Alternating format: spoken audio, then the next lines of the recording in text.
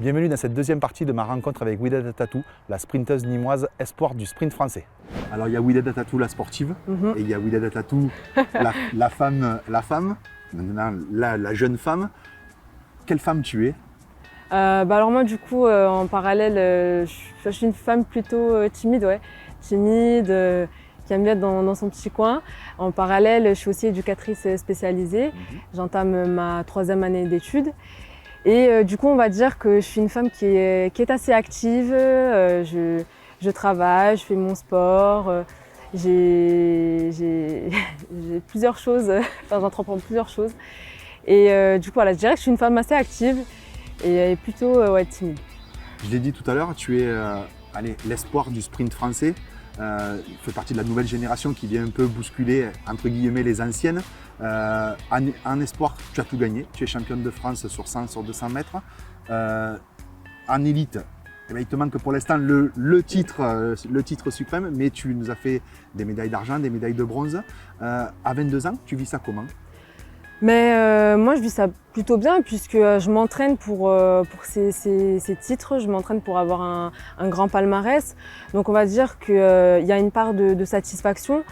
Mais ensuite voilà, j'ai un entourage, un très très bon entourage, j'ai mon club, j'ai mes camarades d'entraînement, ma famille qui fait aussi que j'ai les pieds sur terre. Je sais que sur le plan français, je suis présente, mais après il va falloir encore plus travailler pour être présente sur le plan international, donc plan mondial, plan européen, plan olympique. Et ça donne encore plus envie de s'entraîner et de travailler davantage pour passer encore d'autres paliers. Tu nous parles de Victor, c'est quelqu'un de très important pour toi? Ah oui, absolument. C'est plus qu'un coach, je dirais. On a une grande complicité, j'ai confiance en lui, notre collaboration elle tient et j'ai beaucoup de respect pour mon entraîneur.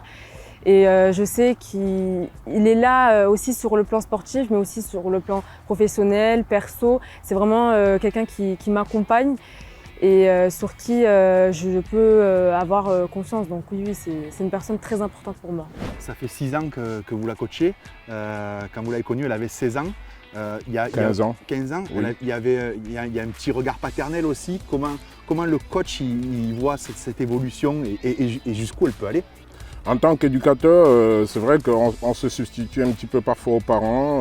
L'adolescent va avoir tendance quand même à nous faire un peu plus confiance dans son accompagnement parce que pour parfaire l'accompagnement chez un jeune, il faut avoir quelques informations, avoir aussi quelques outils pédagogiques pour pouvoir parfaire son évolution. Tu as vécu un rêve à Tokyo. Allez, tu étais remplaçante, mais tu l'as quand même vécu de l'intérieur. Le rêve de tout sportif.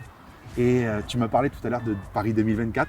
Paris 2024, c'est forcément, quand on est sportif de haut niveau et qu'on a déjà touché à une Olympiade, c'est le rêve suprême? Oui, c'est sûr que les Jeux Olympiques, c'est le Graal pour un sportif de haut niveau. Après, faut s'entraîner. Il faut vraiment s'entraîner, il faut prendre les choses petit à petit et pas perdre du coup les objectifs qui sont à court terme pour se qualifier aux Jeux Olympiques. Il faut savoir qu'on a une particularité, les Jeux c'est dans 3 ans. Habituellement, on prépare les Jeux en 4 ans et là, avec le Covid, on a 3 années pour se préparer au mieux. J'espère que la fédération mettra aussi des moyens afin qu'on puisse se préparer et avoir les résultats que personnellement, moi, j'envisage avec mon entraîneur. Mais c'est vraiment un objectif très phare pour moi personnellement. Après, voilà, il faut se donner aussi les moyens. Et c'est vraiment très motivant parce que c'est surtout à domicile, c'est à la maison, à Paris. Donc, ça va être un grand moment ça. Ah oui, absolument. Widad, pour finir, qu'est-ce que je peux te souhaiter et surtout comment tu vois l'avenir? L'avenir à court terme, je dirais, ça serait de bien m'entraîner, de poursuivre du coup mes études à allier avec le travail et le sport. Et puis sinon, voilà, que de belles choses du coup.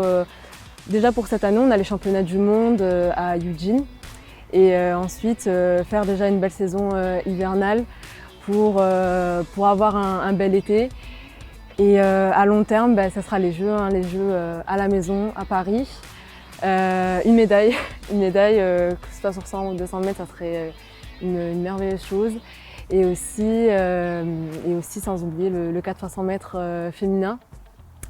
Et puis voilà. Hein. Et puis moi, je prends rendez-vous pour 2024 pour Merci. aller avec la médaille autour du cou, j'espère. Merci, j'espère. Merci Wydad. Merci à vous. À très bientôt. On croise les doigts. Paris 2024, une médaille, c'est ce qu'on lui souhaite?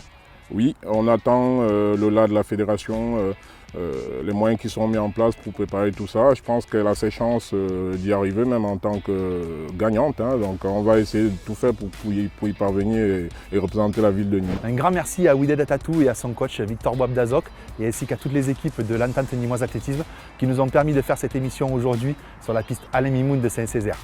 Quant à moi, je vous dis à très vite sur Culture Sud Sport.